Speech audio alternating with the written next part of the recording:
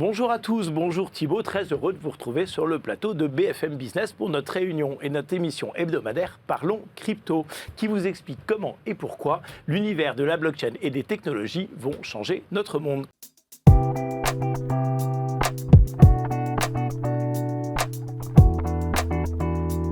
vas-tu Thibaut ? Ça va très bien et toi ? Ouais, ça va bien. De quoi on parle aujourd'hui ? Eh bien, tu te rappelles, il y a à peu près un an, jour pour jour, on avait parlé des NFT et de l'art. On avait reçu un artiste sur le plateau, c'était sur Sud Radio à l'époque. Et voilà. Et depuis, je suis ce sujet de loin, mais c'est pas mon terrain de jeu de prédilection. Et il y a peu, le Centre Pompidou a fait la une des journaux parce qu'ils ont acquis des NFT pour une exposition. Ça m'a pas mal intrigué. J'ai creusé un petit peu et donc j'ai appelé mon ami Pierre qui est à ma droite, qui est un artiste NFT qui connaît un petit peu les deux mondes, qui m'a expliqué un petit peu la démarche, qui m'a précisé d'ailleurs que c'était pas le premier musée à faire ce premier pas, puisque le musée Granet d'Aix-en-Provence l'avait déjà fait quelques semaines, quelques mois auparavant. Et il m'a raconté un petit peu les tenants et aboutissants, comment ça fonctionnait. Je trouvais ça hyper intéressant. Je dis mais tu veux pas venir raconter cette histoire sur plateau ? Et donc il est venu avec les équipes du musée Granet avec nous. Donc on a Pamela Grimaud qui est avec nous, qui est la conservatrice du musée Granet d'Aix-en-Provence, et Delphine Krakmadou qui est la commissaire de l'exposition NFT du musée Granet. Et enfin Pierre Pose du coup qui est artiste NFT et traditionnel. Ils vont de toute façon revenir sur leur parcours respectif. Passionnante équipe. Alors on commence par un petit tour de table rapide. Chacun nous explique, parce que c'est l'usage dans cette émission, comment il est tombé dans les cryptos et la blockchain. Pierre, tu commences ? Ouais, absolument. Alors moi j'ai découvert. Je suis, comme tu le disais Thibaut, un artiste NFT. Je me qualifierais pas comme ça, dans le sens où je viens de ce que les crypto-natifs appellent l'art traditionnel, mais qui est que nous on appelle la secte de l'art contemporain entre guillemets, voilà. Et en effet, j'ai fait des projets en utilisant des NFT, mais mon premier rapport avec la blockchain, c'était en 2018. C'est assez cliché, mais en fait on a dû acheter des substances sur le darknet pour un projet artistique, pour un film. Donc c'était avec des labos, tout ça était légal, mais c'était c'était parce que c'était plus pratique. Et donc j'ai découvert Bitcoin à ce moment-là. Et après, ça m'a amené à faire différents projets, que ce soit la Monnaie de Paris, des projets d'art génératif ou ce dernier projet au musée Granet. Voilà. Pamela ?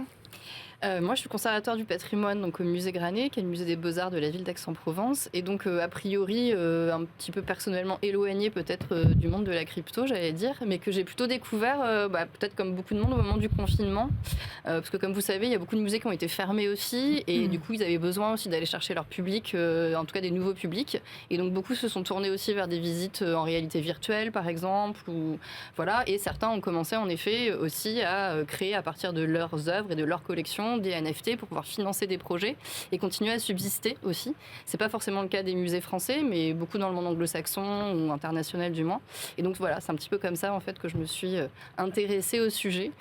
Et ensuite, j'ai rencontré Delphine, avec qui on a pas mal discuté cette année, notamment. Et toi, Delphine, comment Alors moi, j'ai travaillé pendant 15 ans dans le milieu de l'art contemporain, plutôt du côté du premier marché, donc vraiment en soutenant la création et les jeunes artistes, par le biais d'organisations d'expositions notamment. Et en mars 2021, j'étais un peu stupéfaite à l'annonce de certaines ventes d'artistes du premier marché dans des maisons de vente comme Sotheby's notamment. Donc je fais référence à Beeple qui a atteint des sommets records. Et je me suis dit, mon Dieu, mais qu'est-ce que c'est que cette technologie ? Et surtout, comment je vais pouvoir aider les artistes que je soutiens à s'en emparer et les aider à apprivoiser cette technologie. Donc moi, du coup, de fait, j'ai mis un pied dedans. Ça m'a passionnée. Et puis après, l'histoire s'est poursuivie au musée Granet, mais... Donc finalement, vous êtes retrouvés tous les trois autour de l'organisation d'une exposition qui s'appelle Sphère, Code et Cylindre. Alors comment ça se passe quand tout d'un coup on décide de faire une exposition de NFT dans un musée public français ? Comment est-ce qu'on monte une telle opération ? Donc en fait, il y a eu concours de circonstances de deux événements. Il y a eu à la fois un intérêt partagé avec les équipes du musée Granet sur cette technologie-là, donc par le biais plutôt d'un audit, en observant ce qui avait pu se faire dans les différents musées, aussi bien, surtout dans le modèle anglo-saxon. Et en parallèle, moi, je suis aussi force de proposition pour la Biennale d'art et de culture d'Aix-en-Provence, dont la première édition était en 2022. Et assez naturellement, j'ai voulu faire œuvre de pédagogie en proposant avec Pamela, une exposition qui abordait la question des NFT, mais qui mettait aussi en valeur les collections du musée Granet, puisque c'est tout le propos de l'exposition, c'est d'inviter 8 artistes contemporains à s'emparer des collections du musée Granet pour les retranscrire formellement via des outils numériques comme la vidéo, l'intelligence artificielle. Voilà. Et Pamela, comment est-ce que toi tu accueilles cette idée et comment est-ce que derrière tu la mets en place ? C'est vrai que ça a été une discussion assez longue aussi avec Delphine parce que l'œuvre de pédagogie, elle se fait aussi auprès de notre tutelle, de nos élus, de notre administration pour pouvoir quelque part intégrer aussi cette dimension dans notre programmation. Nous, on a toujours eu une programmation d'art contemporain parce qu'on est un musée de beaux-arts certes, mais qui est aussi en prise avec les questions et les interrogations de son temps. Donc la crypto en fait partie. Et je vois pas pourquoi le monde de l'art et des musées en particulier en serait éloigné. Et donc du coup, c'est une question qui nous a intéressés assez rapidement et finalement c'est quelque chose qui a séduit beaucoup les élus de la ville d'Aix-en-Provence notamment pour qu'on puisse mener à bien cette exposition dans le cadre aussi d'une biennale d'art que la ville organise depuis cette année. Donc le projet a été financé et soutenu dans ce cadre-là également. Et l'intérêt aussi, c'est que 4 des artistes de l'exposition sont des jeunes artistes issus de l'École supérieure d'art d'Aix-en-Provence qui a une spécificité art numérique. Et donc, ils ont été aussi sélectionnés sur un appel à projet qu'on a lancé à l'automne. Donc, il y a aussi cette dimension de territoire qui est très importante pour nous.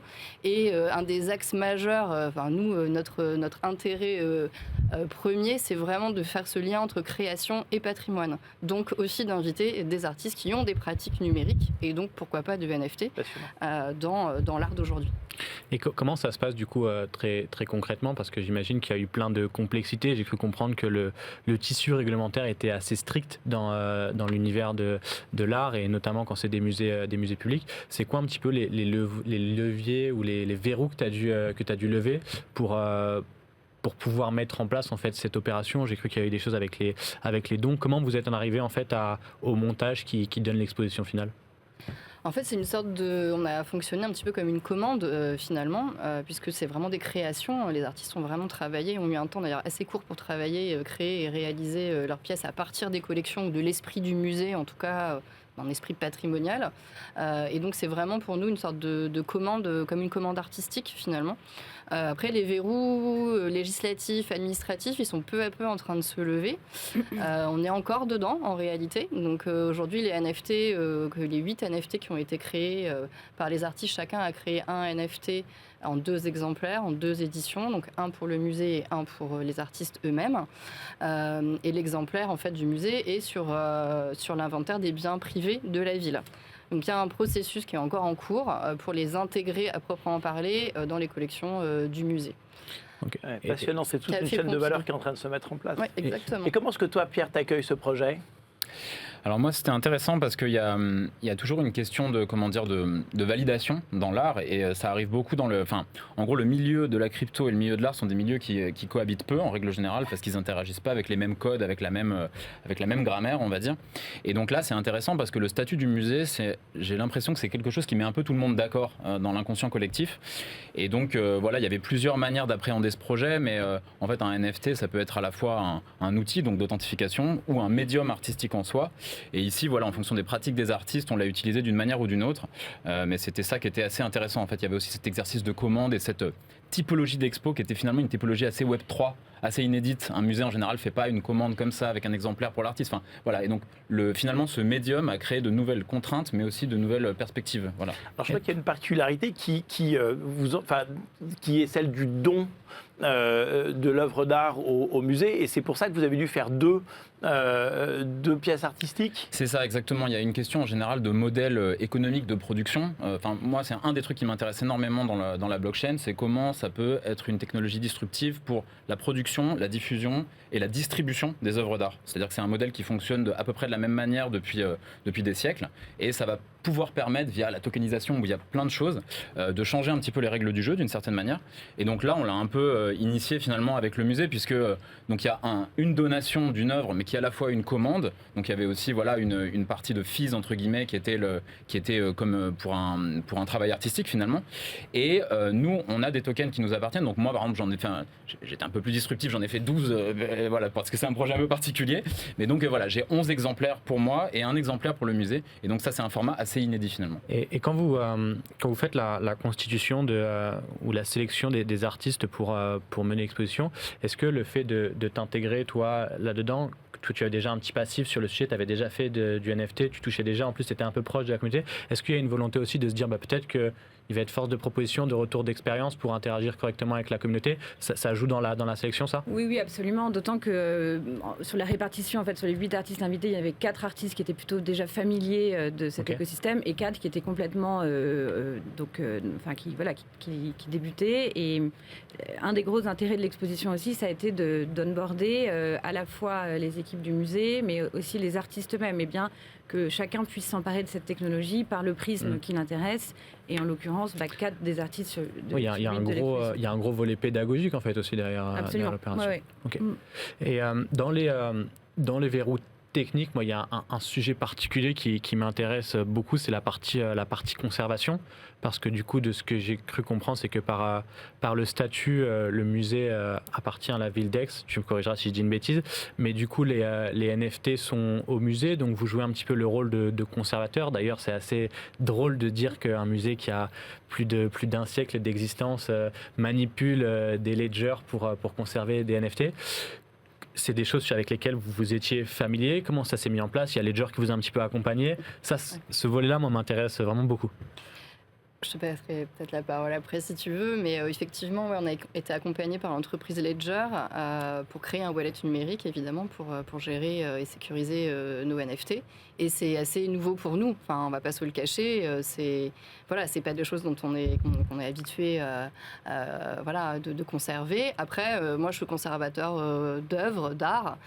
Si j'ai des biens NFT numériques, il faut trouver en fait les moyens de le faire. Donc, c'est pas très différent de l'art conceptuel, par exemple, ou d'une œuvre effectivement qui se construit à partir d'une fiche et qui est une installation simplement éphémère et qui quand même est une œuvre.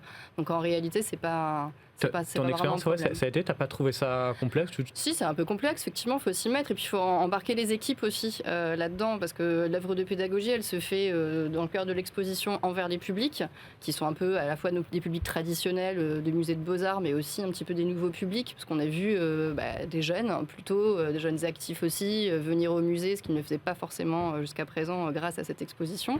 Mais c'est aussi faire œuvre de pédagogie au cœur des équipes et les initier aussi un petit peu à ça. Donc c'est une question aussi de passation, de transmission, et ça passe nécessairement aussi par les volets techniques, ça c'est sûr. Okay. J'en profite pour remercier, mais c'est vrai qu'il y a eu un engouement très important de la part à la fois de l'entreprise Ledger ou bien des startups plus récentes comme Canary qui se sont occupées du développement parce qu'ils étaient tellement enthousiastes à l'idée de participer pour un projet de musée qu'ils nous ont beaucoup soutenus et on a vu qu'il y avait une porosité qui se faisait à ce moment-là, là où vraiment moi j'ignorais un peu où je mettais les pieds avant de commencer ce projet. Ouais, intéressant de s'approprier cette dimension technologique en fait quand on est amusé. Et on a lu avec Thibault en préparant l'émission qu'il y avait des directives du ministère de la Culture pour vous inciter à justement vous approprier ce genre de technologie. C'est quoi les étapes d'après? Qu'est-ce que vous avez envie d'apprendre? Comment on se projette dans cet univers? Oui, c'est vrai qu'il y a eu le rapport du CSPLA, le Conseil supérieur de la propriété littéraire et artistique, qui dit en fait plutôt ce que ne sont pas les NFT. Donc c'est un peu une définition par le négatif. Donc c'est toujours un peu. C'est intéressant. Du coup, ça nous fait aussi nous poser des questions. Ouais. Et les grandes lignes de c'est quoi? Qu'est-ce que n'est pas un NFT? Qu'est-ce qui ressort de cette précisément la question de l'œuvre d'art par rapport à la propriété littéraire et artistique en particulier pour ce qui nous concerne est vraiment en questionnement. C'est-à-dire comment est-ce qu'on gère les droits de propriété, les droits de succession justement d'œuvres d'art qui pourraient être considérées, qui pourraient être liées, associées à des NFT qui aujourd'hui est simplement un outil, une technologie et un certificat, effectivement, ce qui est pour nous intéressant, parce que le certificat d'authenticité, il est intéressant en termes de sécurité et de pérennisation de l'œuvre, donc dans un cadre muséal, ça c'est intéressant pour nous.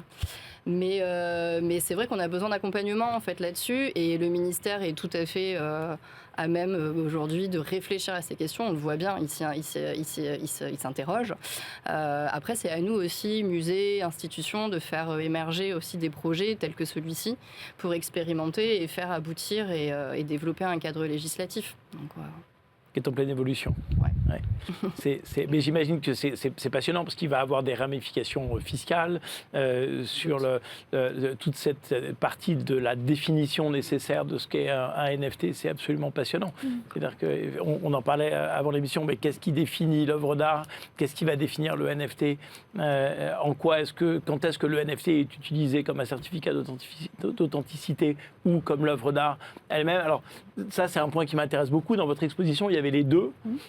Comment est-ce que quand le NFT est certificat d'authenticité, on l'utilise dans cette exposition? Comment est-ce qu'on le met en valeur? Dans ce cadre-là, j'aime bien rappeler que le NFT, c'est un titre de propriété rattaché à une œuvre. Ce n'est pas l'œuvre ou le fichier de l'œuvre. Et je pense que là, c'est intéressant du point de vue du collectionneur, parce qu'on parle beaucoup du point de vue du musée de la conservation. Là, ça devient intéressant du point de vue du collectionneur, parce que il a une rareté plus ou moins étendue qui fait que pour le collectionneur, c'est intéressant. Donc, je ne sais pas si j'ai répondu à votre question. L'idée que j'ai, c'est quand j'expose une œuvre d'art qui n'est pas le NFT elle-même, je relie cette œuvre d'art à un NFT. Comment est-ce que cette passerelle est établie entre l'œuvre d'art elle-même et le NFT qui en garantit finalement l'essence? C'est un huissier, un commissaire-priseur, l'artiste lui-même qui génère son NFT. Comment est-ce qu'on fait le pont entre les deux?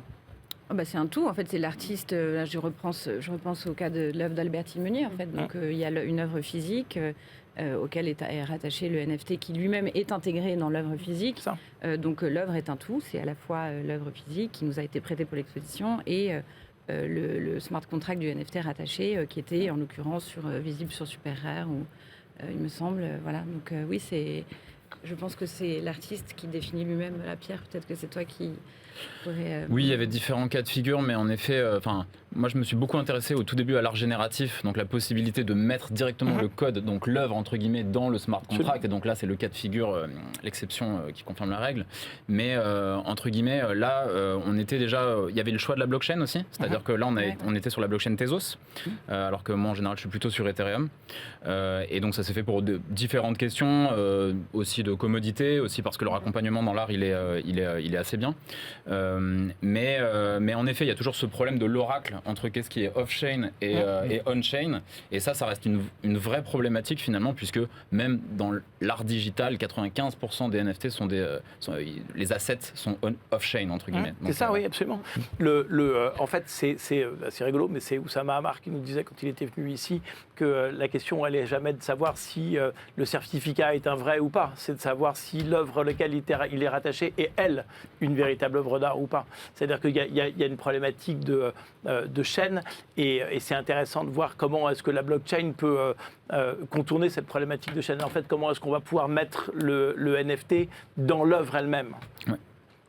Mais c'est une problématique d'ailleurs qu'on retrouve dans le luxe, c'est-à-dire que si j'arrive à avoir une puce RFID dans mon sac et qu'en scannant la puce RFID, j'arrive à faire remonter la provenance du sac, je peux en assurer la traçabilité, je peux vérifier qu'il a été construit dans telle usine, acheté par telle personne, etc. etc. Donc probablement c'est aussi une solution qui va s'offrir à vous, c'est-à-dire d'aller mettre le NFT directement dans l'œuvre, de sorte qu'on puisse, en scannant l'œuvre, en la regardant de près, remonter la source d'information. C'est des questions que vous êtes posées sur la façon dont vous avez organisé cette traçabilité? C'est-à-dire qu'il y a différents cas de figure, effectivement, dans l'exposition. Il y a des œuvres qui pointent, des NFT qui pointent vers des œuvres physiques. Il y a des œuvres qui sont... encore une fois, nous, notre propos, il est plus pédagogique et de montrer que c'est un usage qui peut se faire de différentes façons. C'est ça qui est absolument passionnant.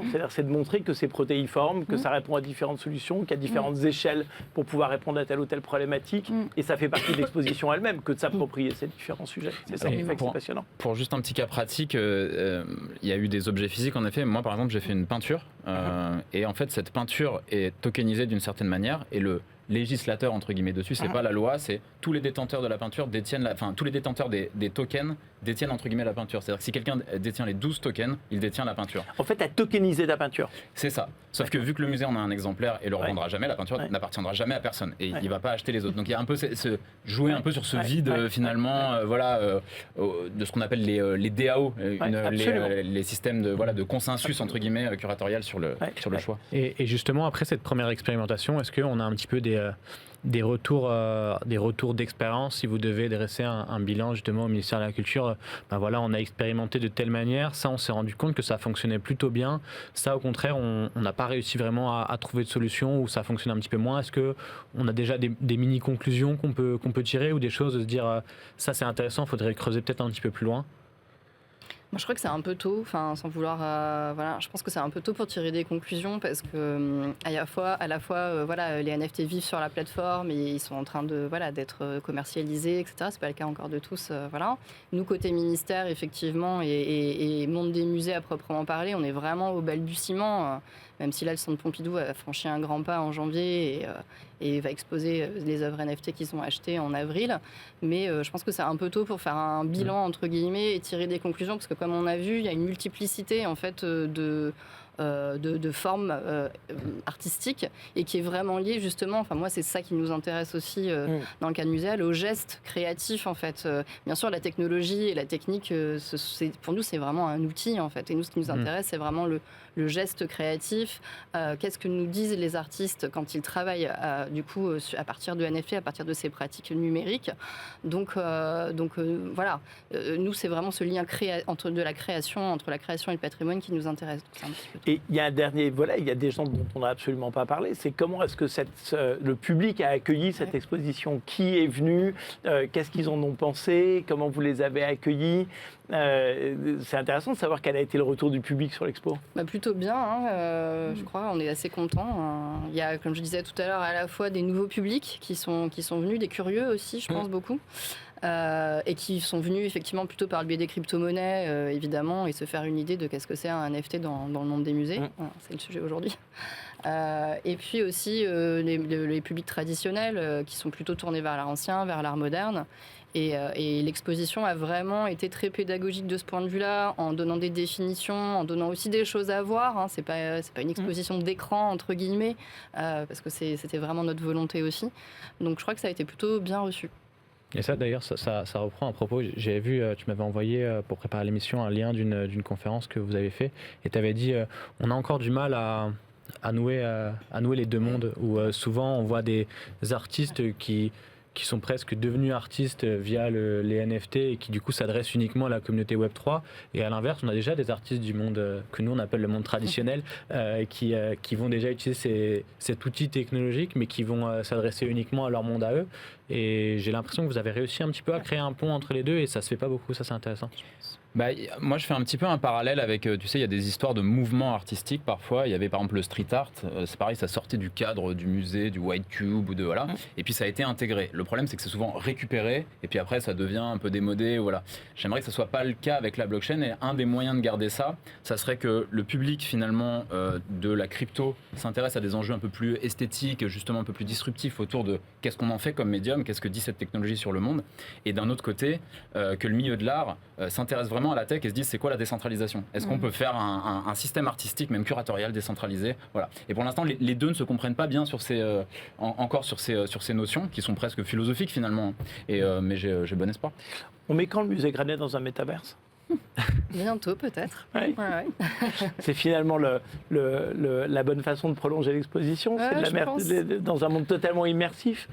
Avec des casques en réalité virtuelle. Mais j'imagine. On y avait pensé dans le cadre de l'expo. Voilà, après, c'était pas directement le sujet, mais il y a des projets. L'expérience physique continue à plaire et que l'un n'empêche pas l'autre. Et c'est peut-être une première porte d'entrée vers l'exposition dans le Metaverse. Oui, absolument.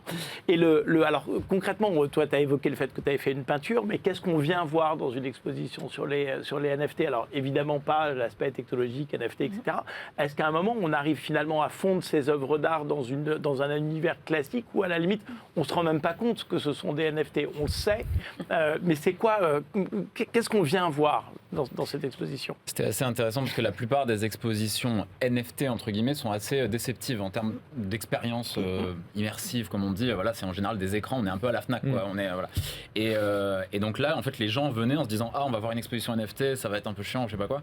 Et en fait ils sont arrivés, ils ont dit mais c'est une expo d'art en fait. C'est voilà, d'autant qu'il y avait certaines parties qui étaient dans les collections, mais des Giacometti, des trucs, enfin voilà. Donc il y avait un peu ce dialogue qui se faisait. Donc les gens se sont dit on voit une expo avec des œuvres digitales, mais aussi physiques. Voilà, c'était une expo d'art contemporain tel qu'on Ouais, et c'est finalement ça qui est absolument passionnant. C'est-à-dire, et c'est ce qui nous réunit ici tous ensemble, c'est qu'au bout d'un moment, ces deux mondes vont converger en un seul, et on se rend même plus compte que finalement, on regarde un NFT ou que l'œuvre d'art a été créée à partir de tel ou tel type de technologie. Et finalement, ce qui va nous intéresser, c'est que on vient voir l'œuvre d'art pour elle-même et pas parce qu'elle a été générée telle ou telle façon ou qu'elle est portée par une blockchain. C'est vraiment quelque chose qu'on a rajouté. C'est une des spécificités de l'exposition d'avoir édité ces 2 tokens sur chaque œuvre produite. Voilà, mais c'est vrai que, comme vous l'avez rappelé, c'est une exposition physique et je fais une petite digression par rapport au titre de l'exposition. Donc, Sphère, Code, Cylindre. En fait, c'est une référence à une citation de Paul Cézanne qui était Sphère, Cône, Cylindre, où en fait, il a théorisé sur la peinture, vraiment en révolutionnant en fait la peinture et l'histoire de l'art, en définissant qu'il fallait que toute la peinture passe par le prisme de la sphère, du cône et du cylindre. Et en déviant cône par code, le code informatique, il y a ce petit clin d'œil pour dire que finalement, c'est peut-être un peu ambitieux, mais de dire que de la même façon que Cézanne a révolutionné la peinture à la fin du 19e, finalement, pourquoi est-ce que les outils dont s'emparent les artistes aujourd'hui, d'art numérique, y compris la technologie NFT, ne serait pas à l'aune d'une révolution dans l'histoire de l'art? Ça fait hyper bien le point avec ma prochaine question, qui est est-ce que vous pensez du coup que le NFT, vraiment je parle en tant qu'outil technologique, peut potentiellement demain s'imposer comme un standard dans le monde de l'art, que sans qu'on se pose la question, en fait, on vienne utiliser cet outil pour la partie certificat sur une œuvre, qu'elle soit une œuvre digitale ou uniquement physique, et que tous les artistes en fait passent par cette case-là parce que ça devient assez naturel, comme aujourd'hui, je sais pas, il y a peut-être des principes par lesquels vous passez tous et que c'est naturel. Est-ce qu'il y a vraiment une direction dans ce sens ou trop tôt encore? Et juste pour prolonger cette question, exactement dans ce sens-là, en fait, il manque quoi au NFT pour qu'il devienne incontournable dans l'univers de l'art? Alors, d'un point de vue technique, je trouve que c'est encore très limitant pour les artistes, c'est-à-dire que ne serait-ce que le storage on-chain, par exemple sur Ether, c'est presque pas possible ou très cher. Donc là, il y a les ordinals avec Bitcoin, on va voir ce que ça donne, mais ça peut être une bouffée d'espoir pour ça. Donc, ça déjà sur le plan de la conservation des actifs numériques. Et puis après, ça dépend. Je pense que la technologie va évoluer avec les blockchains et j'espère qu'on emploiera, même si ça reste le standard, j'espère qu'on dira plus NFT. On dit pas j'écoute un super MP3, on dit j'écoute une super musique. Et donc voilà, j'espère que ça deviendra ça, et ça sans doute une technologie analogue, je pense. Enfin, en tout cas de mon opinion. Et de votre côté, qu'est-ce qui manque pour que ce soit qu'une œuvre d'art soit de façon systématique inscrite sur la blockchain et que le NFT devienne son certificat de détention et de propriété? Vous en êtes tout dans vos réflexions et il manque quoi pour pouvoir passer ce pas-là? C'est une question un petit peu orientée du coup. Donc, vous n'êtes pas là par hasard? Non, je ne suis pas sûre du coup justement qu'il faille aller vers ça. Enfin, c'est une question qu'on peut se poser, mais forcément c'est un outil technologique, comme vous le disiez, le principe de certificat c'est intéressant pour nous. Est-ce que ça doit se généraliser à toutes les œuvres d'art? Je ne suis pas certaine. Après, ça existe et c'est bien qu'on le comprenne et qu'on l'utilise. Ensuite, standard et art, ça ne fait pas nécessairement bon ménage, entre guillemets. Enfin, voilà, pour moi, une œuvre d'art, elle est unique. Elle découle du principe créatif de l'artiste. Donc, je ne suis pas certaine qu'il faille absolument la lier au NFT, sauf si, en effet, c'est une question de certificat, d'authenticité. Enfin, voilà, il y a des choses intéressantes dans la technologie qu'on peut associer finalement à l'œuvre d'art. C'est une très très belle conclusion de notre émission, ça. Je vous tu voulais rajouter quelque chose? Oui, après c'est d'un point de vue esthétique, mais je pense que pour le monde de l'art traditionnel, alors traditionnel pour nous c'est pas de l'art contemporain, enfin, voilà. Et avant, il y a une esthétique du glitch liée à l'IA et à l'image digitale qui peut être encore un peu dont les collectionneurs d'art contemporain ne sont pas encore forcément familiarisés avec cette esthétique. Alors je ne dis pas qu'il ne faut pas qu'elle évolue ou pas qu'elle existe, mais pour l'instant peut-être qu'il y a encore un dialogue à poursuivre pour qu'il y ait une ouverture. Voilà, je dis. Voilà, mais de toute manière, je pense qu'il faut que de toute manière, ce soit les artistes en fait qui fassent la démarche de se l'approprier pour eux dire ce qu'ils ont envie d'en faire de cet outil et pour que ça devienne après utilisé ou non comme ils le souhaitent. Bon, c'est encore une fois une belle deuxième conclusion alors. Pamela, merci beaucoup. Delphine, merci. Pierre, de nous avoir rejoints pour cette émission. Et c'était une très très belle émission, une très belle intervention. Merci à tous pour votre écoute. C'était Parlons Crypto sur BFM Business, une émission produite par la H Consulting. On se retrouve la semaine prochaine avec le même plaisir. Je vous dis à bientôt.